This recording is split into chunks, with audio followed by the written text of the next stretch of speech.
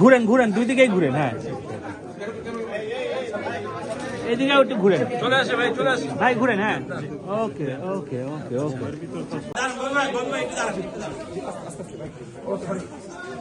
এবার যান।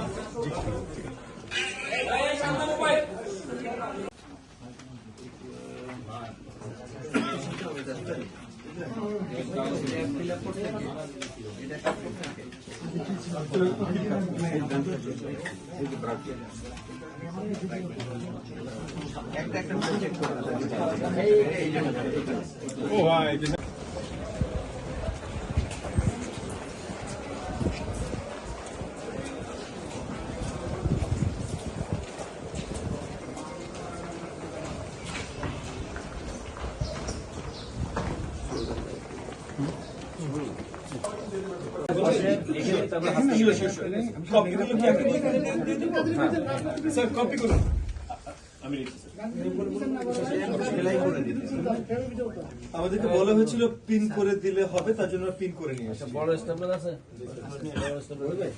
পুরোটা কিন্তু স্টেপল মানে পুরোটা একসাথে বড় স্টেপলার স্টেপল করো পুরোটা। আলাদাভাবে ক্লিপ দেওয়া আছে, ক্লিপ খুলে ফেলে কিছু আসবে না। ক্লিপ খুলে ফেলেন আপনি। আচ্ছা বসো, তুমি লেখো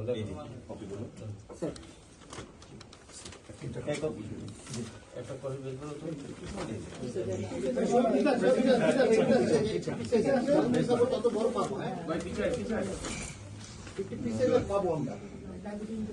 এই চেয়ারটা সরিয়ে দিতে পারো না? চেয়ারটা একটু সরাই দিলে সুবিধা হতো। আপনি একটু বসেন,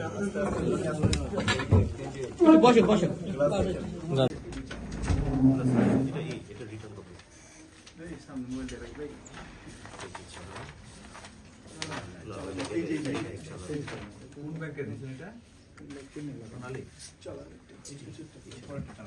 পরেরটা চালা, এটা ইয়ে রিসিভ করতে এটা চালা।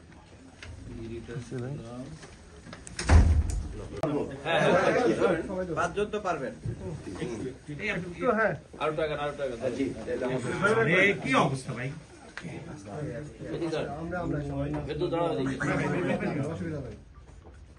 ভাই আপনি একটু বায়ে চাপবেন একটুখানি।